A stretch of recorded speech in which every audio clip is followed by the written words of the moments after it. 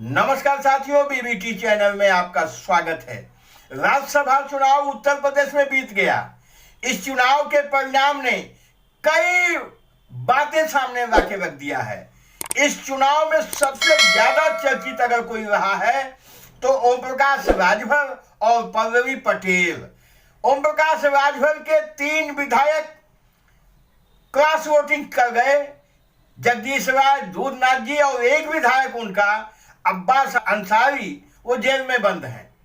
तो इस हिसाब से 6 विधायक उनके पास हैं। सिर्फ 3 विधायकों ने भारतीय जनता पार्टी के उम्मीदवार संजय सेठ के पक्ष में मतदान किया।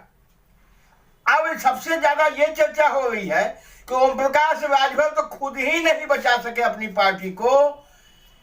बहुत लंबी लंबी बातें करते हैं, लेकिन इसमें हम ये कहना चाहते हैं कि जो लोग नहीं जानते हैं वो ही ऐसी बात कर रहे हैं। ओम प्रकाश राजभर के ये 3 विधायक जगदीश राय, अब्बास अंसारी और दूधनाथ, ये सीधे सीधे सुहलदेव भारतीय समाज पार्टी के कार्यकर्ता नहीं थे, न हैं।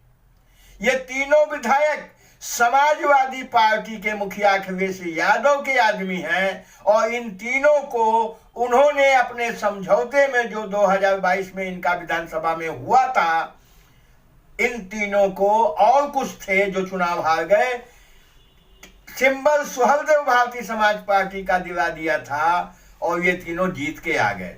ऐसा इसलिए होता है, पार्टियां करती हैं, क्योंकि स्थानीय लोगों का जब विरोध होता है तो दूसरी जिनसे समझौता है उनको टिकट दे दिया जाता है और कह दिया जाता है कि समझौते में ये सीट चली गई। यह काम ओम प्रकाश राजभर अभी फिर करने वाले हैं। अगर भारतीय जनता पार्टी उनको टिकट पार्लियामेंट का देती है तो बराबर वो कह रहे हैं कि माफिया डॉन ब्रजेश सिंह, अगर भारतीय जनता पार्टी चाहे तो आज ही मैं सिंबल देने को तैयार हूं। तो आप यही स्थिति होगी कि कल ब्रजेश सिंह, इनकी जितनी भी लॉयल्टी होगी, जो भी एहसान होगा, वो भारतीय जनता पार्टी का होगा। ओम प्रकाश राजभर का उन पे असर क्या होगा, क्योंकि ये टिकट तो भारतीय जनता पार्टी के कहने पर मिलेगा, ओम प्रकाश राजभर की तो सिर्फ पार्टी होगी। इस तरह से ओम प्रकाश राजभर की चर्चा, और लोग यहां तक कह रहे हैं कि अब मंत्रिमंडल में भी वो नहीं जा सकते हैं, दिखाई भी दे रहा है, क्योंकि अब सबको मालूम है कि उत्तर प्रदेश के मुख्यमंत्री योगी आदित्यनाथ जी पहले जैसा ओम प्रकाश राजभर का व्यवहार रहा अभी तक खिन्न है। हाँ, दबाव में कुछ नहीं बोल रहे हैं, मिलजुल लेते हैं उनसे, लेकिन आगे क्या होगा ये तो वक्त बताएगा। दूसरी तरफ सबसे ज्यादा अगर किसी ने प्रतिष्ठा अर्जित किया है चुनाव में तो वो है पल्लवी पटेल।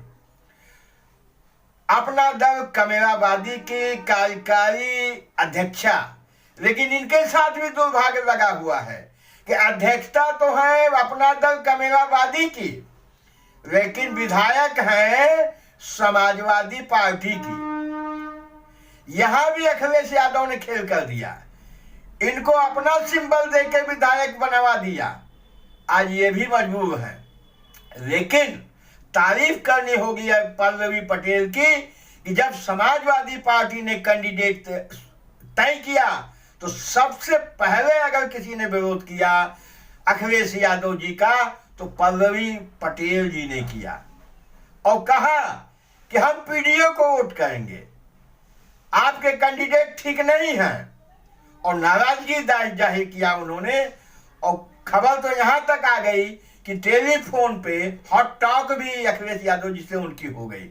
लेकिन इसके बावजूद पल्लवी पटेल ने, जो खबर आई है सब लोग जानते हैं कि नाराजगी के बावजूद, विरोध दर्ज कराने के बावजूद, उन्होंने समाजवादी पार्टी के उम्मीदवार को अपना वोट किया है। तो यह चुनाव बहुत सी चीजें बता रहा है, लेकिन हमने ये बताया कि ये दो लोग इस चुनाव में काफी चर्चा में थे, ओम प्रकाश राजभर और पल्लवी पटेल, और दोनों बेदाग निकल के बाहर आ गए हैं। हम किसी की तारीफ नहीं कर रहे हैं, और समाजवादी पार्टी की पोल खुल गई है। समाजवादी पार्टी में अच्छे पदों पर जो बैठे थे मनुवादी सोच के लोग, वो फूट पड़े हैं इस चुनाव में और वो सब ने क्रॉस वोटिंग कर दी है। कुछ पिछड़े हैं जिसमें पूजा पाल है, गायत्री प्रजापति की पत्नी है और एक वर्मा जी हैं, तो वो परिस्थितियों बस इस तरह से वो लोग परेशान हैं, तो उन लोगों ने क्रॉस वोटिंग किया है। संजय सेठ को जिताने के लिए भारतीय जनता पार्टी ने साम दाम दंड भेद का उपयोग किया है, यह आरोप लगाए जा रहे हैं। बस साथियों, इस वीडियो में इतना ही।